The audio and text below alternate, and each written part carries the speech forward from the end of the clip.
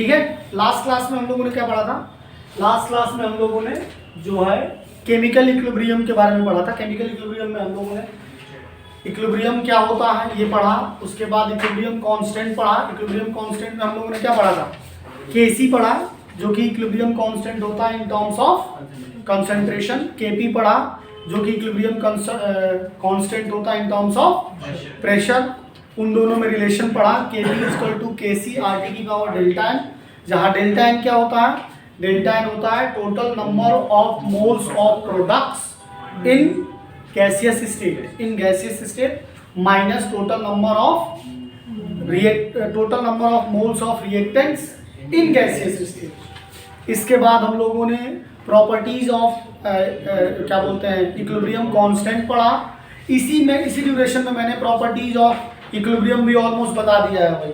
वही कंडीशन होती है प्रॉपर्टीज ऑफ इक्विलिब्रियम की। अगर मैं बात करूं तो क्या है कि कंडीशन नहीं बदलनी चाहिए। जिस कंडीशन में इक्विलिब्रियम अटेन हुआ है वो कंडीशन हमेशा क्या रहेगी? सेम रहेगी। जिस टेम्परेचर, जिस प्रेशर पे इक्विलिब्रियम अटेन हुआ है, अगर उसे बदल देते हो आप तो इक्विलिब्रियम उसे क्या करेगा? रेसिस्ट करने की कोशिश करेगा। यही था ली चैटलियर प्रिंसिपल, है कि नहीं? यही था ली चैटलियर प्रिंसिपल। तो उन्होंने कहा था कि अगर इक्विलिब्रियम पे अगर कुछ भी तरीके की चेंज किए करते हो तो वो उसे रेसिस्ट करेगा, वो तुरंत उसे नलीफाई करेगा या अंडू करेगा, और अंडू करके वो तुरंत वापस इक्विलिब्रियम में आने की कोशिश करेगा। ये सारी बातें हुई थी। इसमें हम लोगों ने होमोजीनियस इक्विलिब्रियम भी पढ़ा था। होमोजीनियस इक्विलिब्रियम में हमने ये बताया था कि रिएक्टेंट्स एंड प्रोडक्ट्स जो होने चाहिए वो सेम स्टेट में होने चाहिए। और हम लोगों ने हेट्रोजीनियस पढ़ा था जिसमें रिएक्टेंट्स एंड प्रोडक्ट्स जो होने चाहिए वो सेम स्टेट में नहीं होंगे। उसके एग्जांपल्स पढ़ा था। इस पर भी सवाल आते हैं। Is it clear? अब इक्विलिब्रियम का ही सेकंड पार्ट हम लोग पढ़ने वाले हैं, आयनिक इक्विलिब्रियम। सेकंड पार्ट पढ़ने वाले हैं आयनिक इक्विलिब्रियम। आयनिक इक्विलिब्रियम में सबसे पहले आपको ये जानना है कि स्ट्रॉन्ग इलेक्ट्रोलाइट्स क्या होते हैं। स्ट्रॉन्ग इलेक्ट्रोलाइट्स क्या होते हैं? जो सॉल्यूशन में जाने पर, यानी पानी में एक्वस सॉल्यूशन में जाने पर क्या होते हैं? कंप्लीटली डिसोसिएट हो जाते हैं। कंप्लीटली डिसोसिएट हो जाते हैं। उनको हम लोग क्या कहते हैं? स्ट्रॉन्ग इलेक्ट्रोलाइट्स कहते हैं। और वीक इलेक्ट्रोलाइट्स क्या होते हैं? वीक इलेक्ट्रोलाइट्स वो होते हैं जो कंप्लीटली डिसोसिएट तो नहीं होते, पार्शियली डिसोसिएट होते हैं, लेकिन पार्शियली डिसोसिएट होने के साथ साथ इक्विलिब्रियम में आ जाते हैं। और इक्विलिब्रियम में जैसे आ जाएंगे वहां पर फिर वहीं से आयनिक इक्विलिब्रियम चालू हो जाएगा। तो बेसिकली आयनिक इक्विलिब्रियम जो चैप्टर है उसमें वीक इलेक्ट्रोलाइट्स जो हैं वो आपके इंपॉर्टेंट रोल प्ले करेंगे, क्योंकि जो वीक होगा वही इक्विलिब्रियम में आएगा। स्ट्रॉन्ग वाले तो कंप्लीटली डिसोसिएट हो जाएंगे। हम यहाँ पर वीक एसिड की बात करने वाले हैं, वीक बेस की बात करने वाले हैं, वीक सॉल्ट की बात करने वाले हैं, फिर कॉम्बिनेशंस की बात करने वाले हैं, फिर इसका एप्लीकेशन क्या है। जो सबसे बड़ा एप्लीकेशन बफर सॉल्यूशन है। इसके साथ साथ अगर आप लैब में गए हो, इस साल तो प्रैक्टिकल केमिस्ट्री भी हम लोग पढ़ेंगे, तो इंडिकेटर्स में यही कॉन्सेप्ट लगता है। जो आयनिक इक्विलिब्रियम का कॉन्सेप्ट है वही इंडिकेटर में लगता है। ये इससे बिल्कुल सिमिलर है जैसे बफर एक्शन हम लोग पढ़ेंगे। जब बफर एक्शन पढ़ेंगे तो बिल्कुल वैसा ही मिलता जुलता कॉन्सेप्ट है। जैसे हमारा ब्लड एक बफर है, तो ये सारी चर्चाएं हम लोग करने वाले हैं बहुत डिटेल में। सॉल्युबिलिटी प्रोडक्ट की चर्चा करेंगे डिटेल में, क्योंकि ये चैप्टर ऐसा है जिससे जो कि प्रैक्टिकल से भी जुड़ता है। तो अगर इसको बहुत अच्छे से कर लिया तो ये मान के चलो कि कम से कम हमारा जो, मुझे ऐसा लग रहा है कि जेई में तो देखो एक सवाल आता है, एक या दो सवाल आ सकता है, लेकिन नीट में मुझे इस साल ये लग रहा है कि वो 3 क्वेश्चन कम से कम आने चाहिए। मिनिमम की मैं बात कर रहा हूँ, 2 तो आएंगे ही आएंगे, 3 भी आ सकते हैं अगर इसको प्रैक्टिकल केमिस्ट्री के साथ भी लेके चलें। इसका जो आयनिक वाला हिस्सा है वो प्रैक्टिकल केमिस्ट्री से जुड़ा हुआ है। आगे जाके बफर सॉल्यूशन और इंडिकेटर्स की अगर हम बात करें, मैंने आप लोगों से बार बार बोल रहा हूँ कि 11th और 12th की प्रैक्टिकल केमिस्ट्री की बुक खरीद लो। अभी से पढ़ना चालू करो, क्योंकि रेडिकल्स अभी से रटोगे तभी जाके याद होगा। तो मेक श्योर, खास करके जेई वाले जो हैं, जेई वाले तो ले ही आओ, नेक्स्ट हफ्ते से पेपर है, नेक्स्ट मंथ में ही पेपर है। आज हम लोग 4 तारीख की बात कर रहे हैं और एग्जैक्ट 5 तारीख से शायद पेपर है। राइट है ना? 24 से लास्ट में पेपर है। तो और क्या मतलब, इतने सालों में कुछ नहीं हो तो आगे भी वैसे का कितना समय बचा हुआ है। तुमने वैसे भी ड्रॉप पर 11th नहीं पढ़ा, 12th नहीं पढ़ा, है कि नहीं सुशील? मजे लिए ऑनलाइन पूरे। तो अब तो पढ़ना ही पड़ेगा, डिटेल में पढ़ना पड़ेगा, अच्छे से तैयारी करनी पड़ेगी, PYQ सारे अच्छे से लगाने पड़ेंगे। ज़्यादातर जो जेई का पेपर होता है वो PYQs के अराउंड ही घूमता है, नीट का पेपर, अगर आप बहुत अच्छे से एनालिसिस करें। यूट्यूब पे भी जाके देखेंगे तो बहुत सारे टीचरों ने ये बात कहा है कि सबसे पहला PYQs ही होने चाहिए बहुत अच्छे से। कैलकुलेशंस की भी बात अगर करें, जैसे NV सर कहते हैं कि भाई कैलकुलेशन पहले कर लो, जितने PYQs हैं उनके कैलकुलेशन कर लो, तो आधा से ज़्यादा कैलकुलेशन तो तुम्हें पता चल जाएगा कि इसका मल्टीप्लाई करके ही आएगा। अब थर्ड, अगर आप इलेक्ट्रो के सवाल की बात करो, इलेक्ट्रो का सवाल हर साल सेम आता है, बस वो कंसंट्रेशन बदल देते हैं है कि नहीं। एक बार सवाल जो आया है जेई एडवांस में, वो भी जो कि क्या बोलते हैं NCERT से हट के आया है, जहाँ पे वो गैसियस के भी कंसंट्रेशन को दे रखा था, मैंने कराया था वो सवाल। हाँ 2011 या 12 में आया था, ठीक है, या 7-8 जो भी है, जिसमें pH वैल्यू दी हुई थी, pH से निकालना था, और ऑक्सीजन का कंसंट्रेशन, ऑक्सीजन का प्रेशर दिया हुआ था 0.1, अदरवाइज NCERT में प्रेशर हमेशा 1 रहता है, तो इसलिए वो सवाल आसान होते हैं। Is clear? तो PYQ के अराउंड के सवाल अगर हमने बहुत अच्छे से कर रखे हैं तो एग्जाम निकालने में कोई बहुत ज़्यादा इशू नहीं होने वाला है। 160 नंबर से कम अगर नीट में केमिस्ट्री में आ रहे हैं तो जिस दिन पेपर दे के आइए अगले दिन से लग जाइए फिर से करना, या अगले साल फिर से देना। तो केमिस्ट्री में अगर 160 नहीं आ रहे हैं तो फिर आपकी लगने वाली है, समझ में आ रही नहीं आ रही है, क्योंकि जिस तरीके से कट ऑफ राइज कर रहा है 650 के नीचे नेक्स्ट ईयर शायद कॉलेज मुश्किल मिलेगा। जनरल कैटेगरी को 6.5 तो लाने ही पड़ेंगे, और OBC को भी 6.5 लाने पड़ेंगे, 6.5 या 620 मान लो ज़्यादा, और जो SC और ST कैटेगरी को भी जो है 550 से ऊपर लाने पड़ेंगे। 600 मान के चलो तुम, 550 लाना आसान बात नहीं है। एक ज़माने में 50% में टॉपर हुआ करते थे, तो कैटेगरी का कोई बेनिफिट ज़्यादा है नहीं, अब वो सब धीरे धीरे नलीफाई होता जा रहा है, क्योंकि इतने ज़्यादा अब कैटेगरी में भी लोग पढ़ रहे हैं, अब फैसिलिटीज अवेलेबल है, फैसिलिटी की बात हो रही थी ना, तभी तो बनाई गई थी चीज़ें कि उनके पास ही पहुँचे वो लोग करें, तो अब सब लोग पढ़ रहे हैं, तो वहाँ भी कंपटीशन बढ़ता जा रहा है। बात समझ में आ रही नहीं आ रही है? तो बहुत अच्छे से करने की ज़रूरत है। कोई भी तैयारी कर रहे हो, कैटेगरी फैटेगरी सोचो ही मत, अपना फोकस होकर तैयारी करो कि सब 6-6.5 के ऊपर ही लाना है। 6.5 के ऊपर ले आओगे तो एम्स मिल जाएगा, और एम्स दिल्ली मिल जाए तो फिर क्या है परमानंद है। हाँ इंजॉय करो आराम से, पहले दिन से यूट्यूब चैनल बना लो, तुम्हारा ब्लॉग देखेंगे लोग, है कि नहीं सुशील? IT मिल जाएगा नहीं, पहले दिन से welcome to my YouTube channel करो, लोग खूब देखते हैं। क्योंकि अभी जिस तरीके से यूट्यूब चला गया है उसमें जब तक आप कुछ बड़े नहीं हो तब तक आपको कोई नहीं दिख रहा है, भूल जाओ। अब ऐसे नहीं देखेंगे लोग, कुछ आपको दिखाना पड़ेगा चमत्कार वाला, मतलब मैजिक में होता है, जो हम लोग मैजिक जादू की कोई बात करते हैं ना। अगर आपने एक मूवी है क्रिस्टोफर नोलान की द प्रेस्टीज, द प्रेस्टीज को देखें तो आप उसको पूरा उन्होंने एक्सप्लेन किया है जादू के खेल को। तो एक्सप्लेन, जादू में सबसे इम्पोर्टेंट होता है टर्न द कोट, जो आखिरी फेज होता है। कबूतर को गायब करने पे तालियां नहीं बजती, कबूतर जब वापस आता है तो तालियां बजती हैं। और उसी के बीच का ट्रांजिशन जो है उसके लिए जादूगर कितना मेहनत करता है, किस तरीके से चीज़ें करता है। क्योंकि कबूतर को गायब करना क्या है, मार दिया, गायब कर दिया, थोड़ा सा बस इधर उधर कर दिया, लेकिन कबूतर जब तक वापस नहीं आएगा। तो रितेश तैयारी चाहे जितनी है बहुत खतरनाक करी, दिन रात एक कर दिया, जब तक रिजल्ट नहीं आएगा तब तक तालियां नहीं बजने वाली। तो लाइफ भी एक तरीके से जादू ही है। बात समझ में आ रही नहीं आ रही है? तो उस पर फोकस करना बहुत ज़रूरी है हम लोगों को। और ये बहुत सिंपल सी बात है कि हमें रिजल्ट ओरिएंटेड बनना चाहिए। अननेसेसरी का पढ़ने का क्या मतलब है, टाइम क्यों खराब कर दो, अपना स्टार्टअप कर लो, पैसा जो लगा रहे हैं हम लोग तैयारी में उससे, आज नहीं तो कल स्टार्टअप ग्रो कर जाएगा। कुछ भी करो, आजकल तो कुछ भी ग्रो कर जाएगा यार, अगर आप शिद्दत से कर रहे हो जिसमें आपका मन लग रहा हो। तो इसीलिए मन लगना बहुत ज़रूरी है, मन अच्छे से लगा के पर्पस को देखते हुए, टाइम बाद में देख लेना, ठीक है। तो भाई इतना टाइम बर्बाद कर लिया तो कुछ नहीं हुआ, ऐसा लग रहा है 24 घंटे पढ़ ही रहे हो, अभी टाइम देख रहे हो 10 मिनट में। बात समझ में आ रही नहीं आ रही? सुना करो ध्यान से चीज़ों को, ठीक है, क्योंकि अभी भी नंबर आ नहीं रहे हैं। अगर 650-700 आ रहे होते तो मैं मान लेता कि चलो टाइम का यूटिलाइज कर रहे हो तुम, आ भी वही रहे हैं 400, 450, 500, और एलन में तो और गंदे आ रहे होंगे हो सकता है। आई नो दैट यार, मुझे सब पता, मेरा एज कम है, एक्सपीरियंस बहुत ज़्यादा है, क्योंकि मैं चीज़ों में इन्वॉल्व ज़्यादा हूँ, और तभी मैं आज यहाँ आ गया हूँ, ठीक है। तो चीज़ों को समझो कौन क्या कर रहा है, और विजयनगर वाले तो शांत ले रहे हैं।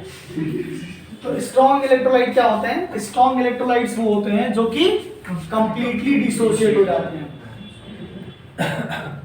Completely dissociated in aqueous solution, in aqueous solution, in aqueous solution. जैसे कि बताओ कोई example. NaCl, KCl, HNO3, NaOH, H2SO4 etcetera. जो कंप्लीटली डिसोशिएट हो जाते हैं वो हमेशा सिंगल रिवर्सिबल रिएक्शन नहीं होगी, Na+ और Cl-। जैसे HNO3 की बात करो तो H+ और NO3-। अब अगर हम लोग बात करते हैं अगर वीक इलेक्ट्रोलाइट, अगर हम लोग बात करें वीक इलेक्ट्रोलाइट्स की तो क्या हो जाएगा? Not completely dissociated, not completely dissociated. जैसे कि जितने भी वीक एसिड हैं और बेस हैं या सॉल्ट हैं, CH3COOH, HCOOH, NH4OH, आपका AgCl एक्सेट्रा। और इनकी खासियत क्या है कि ये जब सॉल्यूशन में जाते हैं तो ये ब्रेक हो जाएंगे, और ब्रेक होने के बाद सबसे इंपॉर्टेंट बात पता है क्या है? कि रिवर्सिबल रिएक्शन करेंगे, और रिवर्सिबल रिएक्शन अगर करेंगे तो यहाँ पर इक्विलिब्रियम का कांस्टेंट आएगा। अगर रिवर्सिबल रिएक्शन करेंगे तो इक्विलिब्रियम का कांस्टेंट आएगा। और याद रखिएगा आप लोग, आयनिक इक्विलिब्रियम जो है वो पूरा का पूरा वीक के ऊपर बेस्ड है, वीक इलेक्ट्रोलाइट्स के ऊपर बेस्ड है, क्योंकि वही इक्विलिब्रियम में आ रहे हैं। जिसको केमिकल इक्विलिब्रियम आता है उसको आयनिक में कोई भी प्रॉब्लम नहीं होने वाली, सिर्फ आपको बताते चले जाएंगे, वो करते चले जाओ, न्यूमेरिकल करते चले जाएंगे। नीट और जेई मेंस लेवल पे तो कोई भी इशू नहीं है।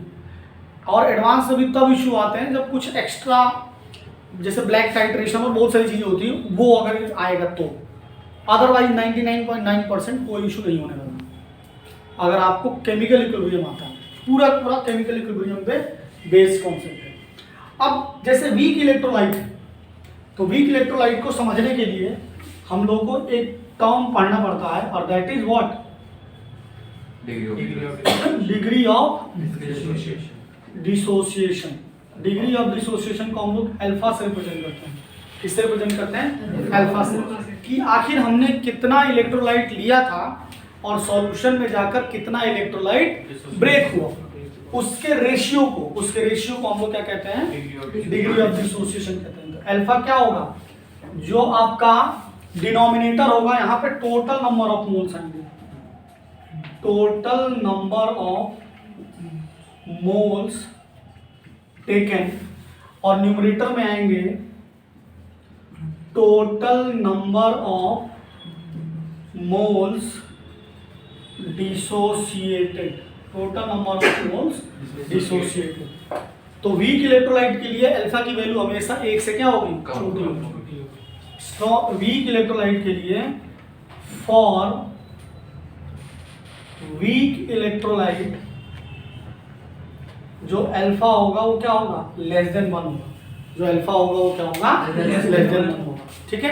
तो एक तरीके से जो वीक इलेक्ट्रोलाइट अल्फा दिख रहा है वो एक रेशियो है, या इसको एक सिंपल तरीके से समझ दिमाग में रखो कि ये एक परसेंटेज है। ज़्यादातर हम लोग इसको परसेंटेज में डील करने वाले हैं, तो उससे जो है कॉन्सेप्ट को समझने में और आसानी है। ठीक है।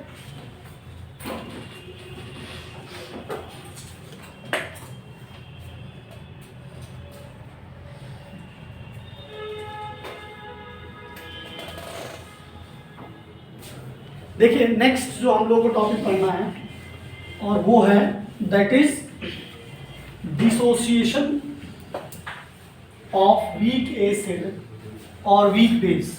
तो हम लोग ऐसा करते हैं कि किसी एक के लिए पढ़ लेते हैं, उसी से हम लोग सिमिलर कर लेंगे। देखें कैसे? डिसोसिएशन ऑफ वीक एसिड, और इसी को हम लोग और क्या कहते हैं, इसी को हम लोग कहते हैं ओस्टवाल्ड डाइल्यूशन लॉ। ये कुछ अलग नहीं है, सेम ही। ओस्टवाल्ड डाइल्यूशन लॉ भी कुछ अलग नहीं है, सेम ही बात है। और ऐसे जो लोग कॉन्सेप्ट को समझो, इस चैप्टर का सबसे इंपॉर्टेंट चीज ये है कि आप कॉन्सेप्ट को भी समझो और उसके साथ साथ फॉर्मूले को भी दिमाग में बैठाओ। ये चैप्टर में अगर आप एक भी फॉर्मूला याद नहीं करते हो तो भी हो जाएगा, बस टाइम लग जाएगा, और हमें टाइम ही तो बचाना। तो इसीलिए फॉर्मूला याद रहेगा तो और अच्छा है, बहुत बढ़िया। लेकिन कॉन्सेप्ट को भी समझो, कई बार कॉन्सेप्चुअल क्वेश्चन भी आते हैं और कई बार फॉर्मूला भूल गए तो कॉन्सेप्ट से हो जाएगा। इतना समय होता है कि 45 क्वेश्चन में से या जेई वाले 30 क्वेश्चन में से 25 क्वेश्चन में से एक क्वेश्चन पे हम 5 मिनट दे सकते हैं, क्योंकि कई ऐसे क्वेश्चन होंगे सोचिए जो 30 सेकंड में भी हो जाएंगे, और वो तो जेई वालों के लिए तो क्या है 2 सेकंड में हो जाएंगे, क्लिक ही करना। नीट वालों को गोले भरने हैं तो गोले भरने में 10 सेकंड तो लग ही जाता है, जेई वालों को 2 सेकंड में हो जाएंगे। तो एक क्वेश्चन पे अगर, जैसे पेपर की मैं बात कर रहा हूँ, पेपर में अगर एक क्वेश्चन पे ज़्यादा समय लग रहा है और आंसर निकल रहा है तो घबराना नहीं, आराम से उसे करिए। आपके पास कई क्वेश्चनों से जो टाइम बचेगा वो उस पर कवर हो जाएगा। लेकिन ये जिद नहीं करने का कि मैं तो इक्विलिब्रियम पढ़ के आया था, मैं करके जाएगा तो लग जाएगी लड़का। ऐसे में बहुत लोग नहीं पढ़ जाते हैं। ईगो में नहीं लेने का कभी पेपर को, समझे हार्दिक? तुम आजकल ईगो में ज़्यादा ले रहे हो, तो पेपर को कभी ईगो में नहीं करने का।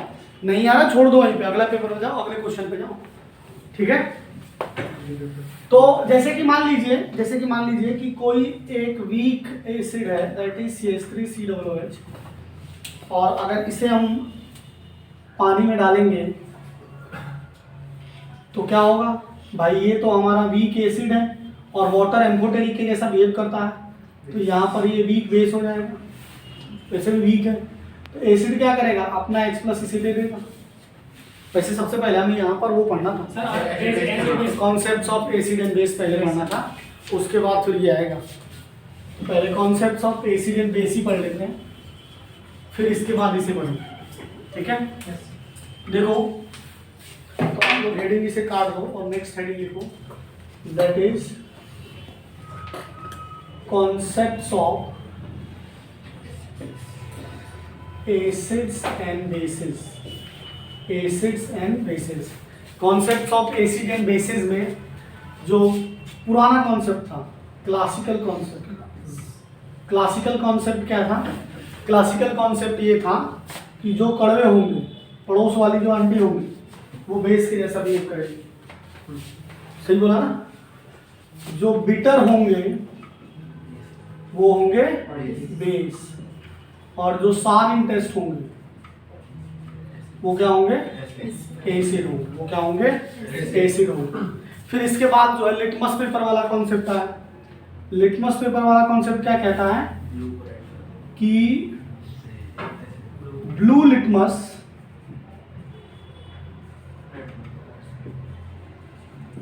Turns red. अगर ब्लू लिटमस को कोई सॉल्यूशन रेड कर रहा है तो वो क्या है? वो एसिड है। वो क्या है? एसिड। और अगर रेड लिटमस पेपर को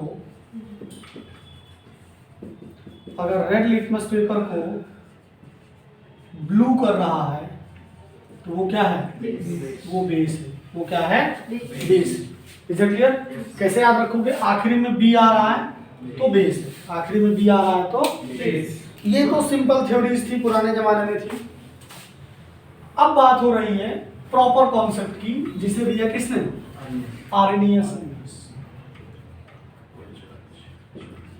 आर्रेनियस कॉन्सेप्ट। आर्रेनियस क्या कहते थे कि एसिड वो होगा जो कि सॉल्यूशन में जाकर H+ डोनेट करेगा, जो सॉल्यूशन में जाकर H+ डोनेट करेगा। H+ donor in aqueous solution. अब ये AQ का मतलब एक्वस है, ठीक है? बोल भी रहा हूं मैं तो उसे भी ध्यान देना, लिख नहीं रहा हूं तो फिर ये क्या है? जैसे कि HCl, जैसे कि HNO3, जैसे कि H2SO4, जैसे कि CH3COOH, जैसे कि HCOOH एक्सेट्रा, है कि नहीं। अब इसी में आते हैं बेस। बेस वो होते हैं जो कि क्या होते हैं, OH माइनस डोनर होते हैं in aqueous solution. OH minus donor होते हैं इन एक्वस सॉल्यूशन, जैसे कि NaOH, KOH, NH4OH और क्या बोलते हैं, कैल्शियम हाइड्रोक्साइड ले लो, कैल्शियम हाइड्रोक्साइड ले लो, और बस इससे ज़्यादा क्या, ये क्या हो जाएंगे, बेस हो जाएंगे। लेकिन ये कॉन्सेप्ट आर्नियस के हिसाब से। तो इसके बाद दो लोग आए जिनका नाम था लॉरी एंड ब्रॉन्स्टेड। और लॉरी एंड ब्रॉन्स्टेड कहते हैं, आर्नियस से सवाल करते हैं कि भाई साहब ये बताइए कि फिर अमोनिया क्या है। Try to understand one thing, कि सबसे पहले एक्सपेरिमेंट से जाना गया कि इनका बिहेवियर क्या है, और देन इसके बारे में थ्योरी बनी गई। थ्योरी बनाने के कॉन्सेप्ट को समझो। न्यूटन के बताने से पहले ऐसा नहीं था कि जो सेव था वो ऊपर जा रहा था, वो भी नीचे ही आ रहा था। फिर उस नीचे आने के रीजन के ऊपर जो है न्यूटन ने काम किया और बताया कि वो ग्रेविटेशन की वजह से नीचे आ रहा है, अर्थ जो है ऑब्जेक्ट्स को अपने साइड खींचती है। तो ये जो थे कड़वे थे और ये खट्टे थे, ये सारी चीज़ें थी। एसिड बेस रिएक्शन करके नमक बना रहे थे, सब हो रहा था। फिर अब थ्योरी बनाई गई कि आखिर इनके बारे में क्या ऐसी प्रॉपर्टीज को ध्यान दिया गया। तो आर्नियस ने देखा कि ये H जिसके पास है, ये जो है यही खट्टे हैं, यदि इनके पास OH है, ये जो है कड़वे। उस समय तक ये अवेलेबल थे, या उस समय तक उनका दिमाग यहाँ तक पहुँचा था। तो उन्होंने ये थ्योरी बना के दे दी। अमोनिया पर शायद उन्होंने ध्यान नहीं दिया हो। मैं अगर प्रेडिक्ट करूँ, हो सकता है दिया भी हो। उनकी सोच क्या रही होगी, उसके लिए हम उनके थीसिस पेपर्स को पढ़ने पड़ेंगे। इतना आपके पास टाइम नहीं, एग्जाम निकालो। मेन चीज़ है तुमसे एग्जाम में निकल नहीं रहा, तुम अलग रिसर्च करने लगे। तो अमोनिया के बारे में फिर, क्योंकि अमोनिया के पास तो H है और हमें पर जग जा ही रही कि अमोनिया क्या है, एक बेस है। तो यहाँ से फिर एक नई थ्योरी आई जिससे कहा गया Lowry Bronsted concepts of acid and base. करते हैं आगे लिख लीजिए।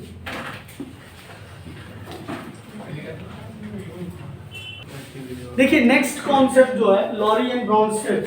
लॉरी एंड ब्रॉन्स्टेड सबसे ज्यादा सवाल जो पूछा जाता है आपके पेपर में, 1-4 नंबर का सवाल आएंगे इक्विलिब्रियम में, इस पे आएगा। क्योंकि हर एक सवाल ऐसा नहीं आएगा जिसमें कि आप न्यूमेरिकल में आपको उलझा दिया जाए। 1-4 नंबर का ऐसा होगा जिसको आप कर लो, आसानी से कर लो। तो वो ये रहेगा लॉरी एंड ब्रॉन्स्टेड का कॉन्सेप्ट। लॉरी एंड ब्रॉन्स्टेड ने आर्नियस के साथ एग्री किया। उन्होंने ये कहा, एसिड के लिए एग्री किया। उन्होंने ये कहा कि जो H+ डोनर होगा वो तो एसिड है। उन्होंने कहा सर ये बात आपकी सही है कि जो H+ डोनर होगा वो तो सुशील क्या है, एसिड है। खाना खा के नहीं आया क्या, बाबू ने खाना नहीं खाया। H+ डोनर एसिड वो होंगे जो क्या होंगे, H+ डोनर होंगे। और बेस जो होगा वो क्या होगा, यहाँ पर वहां पर क्या था, बेस वो था जो OH माइनस डोनर था। यहाँ पर बेस वो होगा जो H+ एक्सेप्टर होगा, जो H+ क्या होगा, एक्सेप्टर होगा, जो H+ एक्सेप्टर होगा। Is that clear? देखो जैसे कि मान लो कि कोई एसिड HCl है और कोई बेस जो है वो क्या है, NaOH। This is acid and this is nothing but base. अब एसिड क्या करते हैं, एसिड अपना ऐसे ये वाला मतलब, ये तो उनका हो गया ना, आर्नियस वाला हो गया। अब उनका ले लो, लॉरी एंड ब्रॉन्स्टेड में अमोनिया लेते हैं। अमोनिया क्या है, बेस है। तो एसिड क्या करेगा, H+ अपना इसे डोनेट कर देगा बेस को। तो एसिड से जब H+ डोनेट कर देगा एसिड, तो यहाँ पर क्या बचेगा, इसको आपको याद होना चाहिए कि जब यहाँ से H+ माइनस होगा, जब ये ब्रेक होता है तो H+ Cl माइनस हो जाता है। तो जब ये H+ डोनेट कर देगा तो बचेगा क्या, Cl माइनस। कई लोग सिर्फ Cl लिख देते हैं और ऑप्शन में पहला ही होगा, ठीक है, Cl माइनस। और अमोनिया ने H+ एक्सेप्ट कर लिया तो क्या आ जाएगा, NH4+। क्या हो जाएगा, NH4+। अब ध्यान दो, H+ एसिड ने जब H+ दे दिया और उसके बाद जो पार्ट बचा Cl माइनस, उसे हम लोग कहते हैं कॉन्जुगेट बेस। उसे हम लोग क्या कहते हैं? Conjugate base. और ध्यान दो आप, कॉन्जुगेट बेस जो है वो कैसे बना है? एसिड से जब हमने H प्लस माइनस कर दिया, एसिड से जब हम लोगों ने तो हम अगर लिखें यहाँ पर तो कॉन्जुगेट बेस जो होंगे वो क्या होंगे? Acid minus H plus. क्या होंगे? Acid minus H plus. अब बेस को देखो, बेस ने जब H प्लस गेन कर लिया, बेस ने जब H प्लस गेन कर लिया तो जो NH4 प्लस है वो क्या है? वो है कॉन्जुगेट एसिड। वो क्या है? Conjugate acid. तो कॉन्जुगेट एसिड कैसे बनेगा? कॉन्जुगेट एसिड कैसे बनेगा? वो बनेगा आपका base plus H plus, base plus H। Is that clear? तो कॉन्जुगेट एसिड और कॉन्जुगेट बेस निकालने के लिए आपको ये याद रखना पड़ेगा। आप इसे याद भी रखोगे तो आप बेसिक कॉन्सेप्ट लगाना, एसिड से H प्लस माइनस कर देगा तो कॉन्जुगेट बेस आ जाएगा, बेस से बेस को H प्लस एक्सेप्ट करा दोगे कॉन्जुगेट एसिड आ जाएगा, कॉन्जुगेट एसिड आ जाएगा। ये बिल्कुल वैसा ही है जैसे कि कॉम्प्लेक्स नंबर मैथमेटिक्स में पढ़ा था हम लोगों ने, अगर जिन्होंने पढ़ा है, और बायोलॉजी वालों ने भी पढ़ा होगा फिजिक्स में। फिजिक्स का जब मैथमेटिकल टूल पढ़ा था तो Z इक्वल टू होता है A प्लस आई बी, और इसका कॉन्जुगेट बेस होता है Z bar equal to A minus i b. ठीक है, इसका कॉन्जुगेट नहीं पढ़ा जाता, कोई बात नहीं पढ़ा तो ठीक है, ऐसे ही समझ लो, नोट करो। अब अगर आप लोगों को पता है तो एसिड बेस जो है यहीं पे खत्म नहीं हो रहे हैं। जैसे अगर हम बात करें कार्बन डाइऑक्साइड की, तो कार्बन डाइऑक्साइड क्या है? वो भी एक एसिड है। जो नॉन मेटल होते हैं उनके ऑक्साइड जो है वो क्या कहलाते हैं? एसिडिक नेचर के होते हैं। जो मेटल ऑक्साइड्स हैं वो बेसिक नेचर के होते हैं। तो और भी बहुत सारे सवाल थे, जैसे कि AlCl3, जैसे कि BF3, जैसे कि CO2। तो ये सब क्या है, इनके बारे में भी चर्चा करनी थी। तो इसके बाद आए जिन्होंने बॉन्डिंग को एक्सप्लेन किया, और that is Lewis concepts of acid and base. लेकिन सबसे ज्यादा सवाल जो आता है वो इसी पे आता है। तो कल सबसे पहले हम लोग इसके ऊपर पहले क्वेश्चंस करेंगे, जितने भी हमारे नीट और जेईई में आए हुए क्वेश्चंस हैं। कल आप लोग अपने PYQs की बुक लेके आइएगा, तो पहले इसे डिस्कस करेंगे, क्योंकि ये 4 नंबर का पक्का है।